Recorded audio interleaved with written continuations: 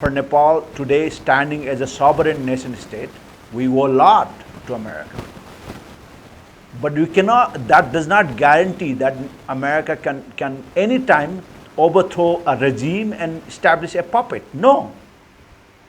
That is not helpful for America, that is not helpful for Nepali. Balan government and also the Rashtriya Swatantra Party itself has been established in Nepal through big political scam. Good Tsering Moktan, sir. Welcome to the Gorkha Spirit. Thank you very much. Thank you very much. How do you see the Balan government? Wow, that's a very big question. Big question, vague question. I've been repeatedly saying that Balan government and also the Rashtriya Swatantra Party itself has been established in Nepal through big political scam. The biggest political scam Nepal has ever witnessed in last 2000 years. This has been my argument. And based on my argument, based on my observations, the Balan government is in verge of collapse, in verge of, it's being more unsuccessful in its mission to carry out the assigned missions, objectives to the government. And the question raises now, what are those assignments and who assigned Balan government? These are the question, very ambiguous question. And I've already said that, the superpower of the world, present superpower of the world, United States of America, and this superpower, the superpower is now making efforts, decisive efforts to retain its superpower position against the rising power China,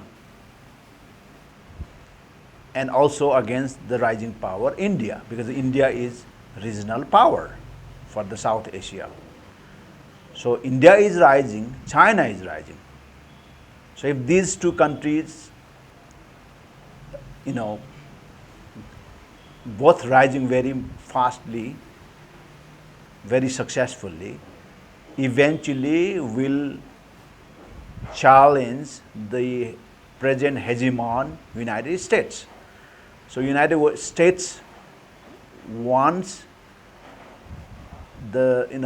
wants to prevent or stop the rise of China and India. And I think, and for that, United States needs Nepal in order to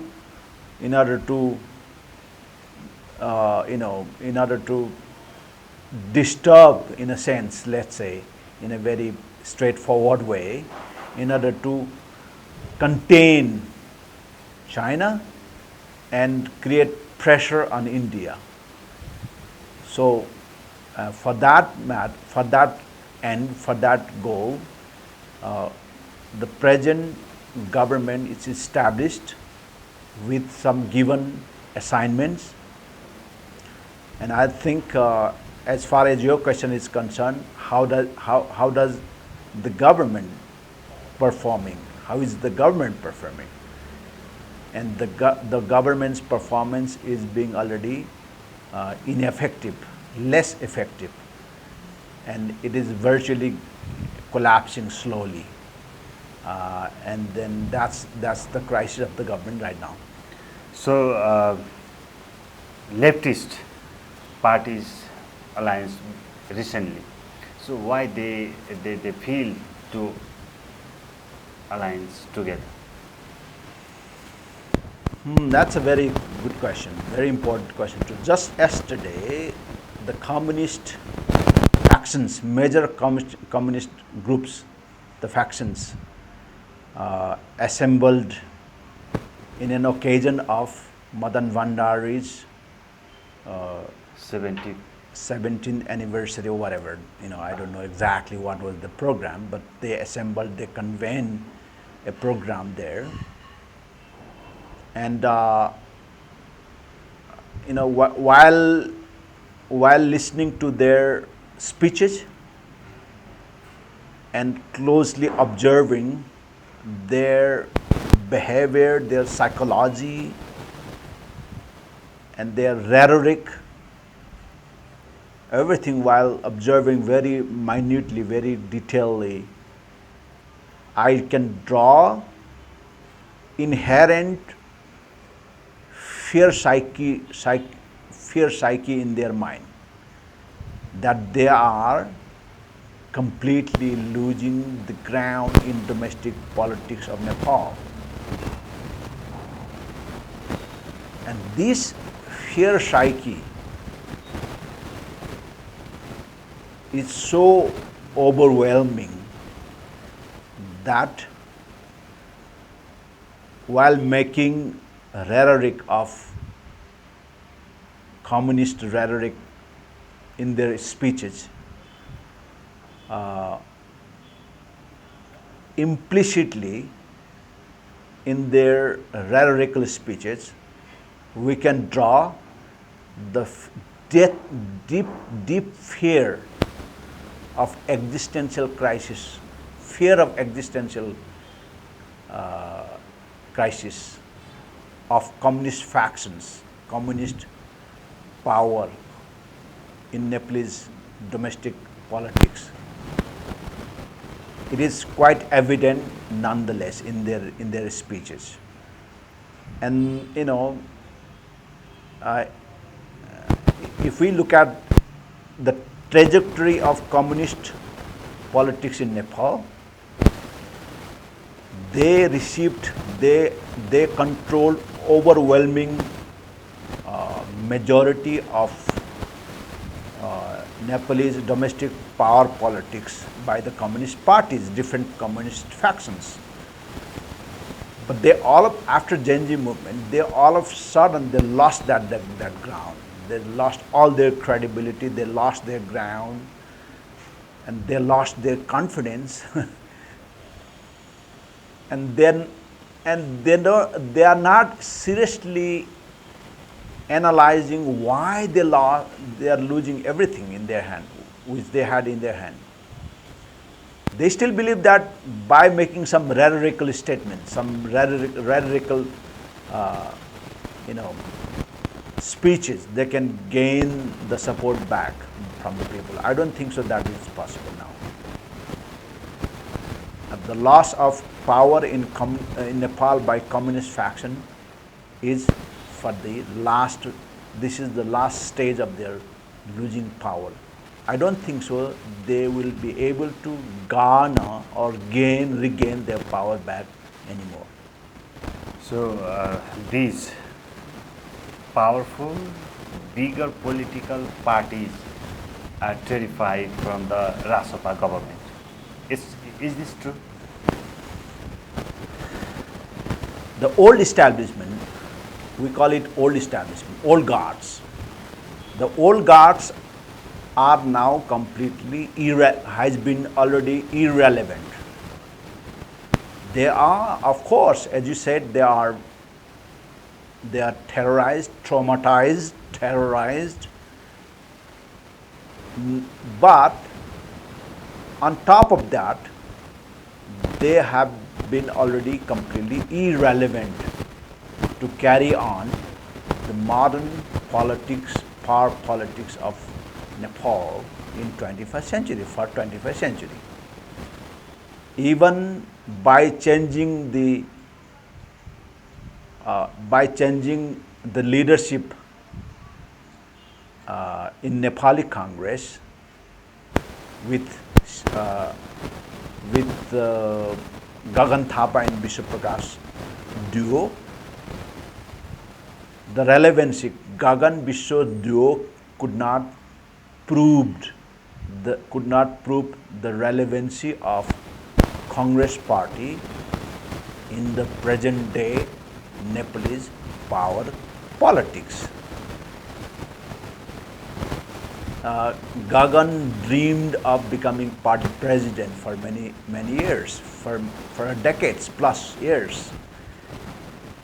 At the end, he became party president, but he lost the power. He lost the power of. He lost election. He lost power, and even the relevancy of Congress party to lead Nepal into future, into 21st century. They completely lost that relevancy. So now we have in that vacant space, the old guard are displayed, and new guards is placed in the vacant space as Rashtriya Swatantra Party with Balendra Saha, Sudan Gurung, and Rabi Lamechhane as the towering leaders, powerful leaders. But I don't think so they will also sustain. So we have big power vacuum in Nepal. There will be big power vacuum. Either the vacuum could be filled by monarchs or by the army. Who else? India cannot come directly into Nepal. China cannot come directly into Nepal, and America cannot come directly into Nepal to fill that vacuum, as they did maybe in Afghanistan, or as they did in Iraq or somewhere else. But they cannot do that in Nepal. That's not possible. So I don't think so the resurgence of old guards into power is possible anymore. And at the same time, there is no sustainability of present Rasopa new guard. And when or if Rasopa fails as new guard, and who is going to replace that vacuum? Who is going to fill that vacuum space? It's either monarchs or the army. So how is the presence of the superpowers in our country? America and China are the peer competitor in the world now. And they are very visibly, very effectively, overwhelmingly, their competition, great power competition, geopolitical power competition, power contestation is very apparently, very visibly present in Nepal. It is all very, it is quite felt in Nepal now. We have Genji movement of Bhadra 23 and 24 last year, which was a tectonic change, tectonic effect. It was not simple tremor, political tremor or shock. It was not a kind of aftershock. It was a huge tremor, huge tectonic collision of two great powers. And our state apparatus was brought down to rubble within 4 hours. So nothing was functioning. At the end, army successfully took the charge, and as an handler, I'm not saying Nepal army today is executing sovereign power of Nepal, sovereign authority. The sovereign authority, sovereign power of Nepal is not in the Nepalese hand now, is not in our soil. It is outside our territory, outside our system. But army, as a handler of that handler, is successfully handling it. And then Balen government is not a sovereign, not enjoying that sovereign authority. It is almost acting as like merely as like proxy of superpower. And with whom that proxy is fighting against is not clearly known, because we have no any potential foreign invasion. You know, there is no any potential invasion from China or India. So the proxy government as a proxy, who are they fighting against? They're supposed to fight against the impoverishment, mismanagement, corruption, looting of the public goods, public wealth by the previous guards, the overwhelming corruptions, rampant bad governance. So they're supposed to fight against these elements, domestic elements. But then, do they really have that capability to fight against? Look at their conventions, party conventions, how it was orchestrated, and look at the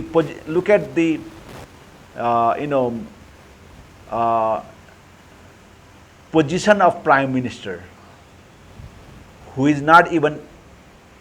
doesn't have courage to face the parliamentarians, who doesn't have courage to face the questions raised by parliamentarians who elected him as a prime minister. He doesn't have courage to be in parliament. That parliament elected him as prime minister. So I see, although they are saying that they enjoy almost two-third majority, they control almost two-third majority of parliament, but I see themselves politically, from my political perspective, I see themselves the weakest government ever seen in the history of Nepal, because they are simply like a proxy. I don't know where this will end. This is very difficult to say. We are at the end. Do you have anything to say to your viewers? I just wanna, for Nepalese populations or Nepalese audiences, I have nothing much to say. I have already said many times. For more than 3 months, 4 months, I've been repeatedly saying again and again. But what I want to say now is to the superpower United States of America. Although in my views, in my thoughts, in my expressions, I seem like I'm criticizing America, but I'm criticizing American policy because I am a friend of America.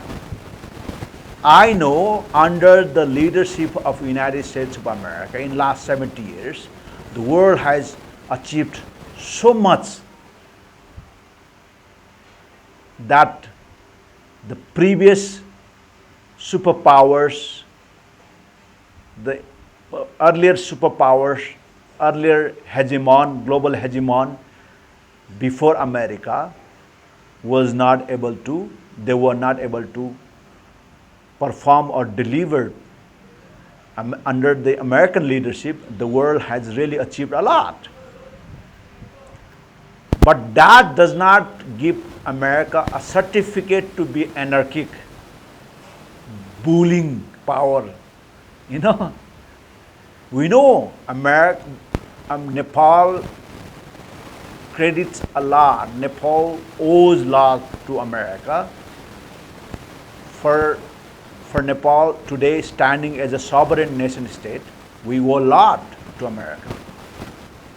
But we cannot, that does not guarantee that America can anytime overthrow a regime and establish a puppet. No. That is not that is not helpful for America, that is not helpful for Nepali people. This is not game of early, early 1930s game or 1920s game. Today we are in 21st century. So America must work democratic, with the democratic credibility. And similarly, if India thinks that India, Nepal and other South Asian regions is India's sphere of influence, you must act according to that. How can you let a third power, a power from so far away from Washington or Brussels or maybe from London coming to South Asia and intervening in a radical way, so that even India has to keep herself silent. So India must revisit its policy of neighborhood first. It is not only, it should not be only a policy of expression, it must be a policy of action. I don't see there is a neighborhood first policy of India in action.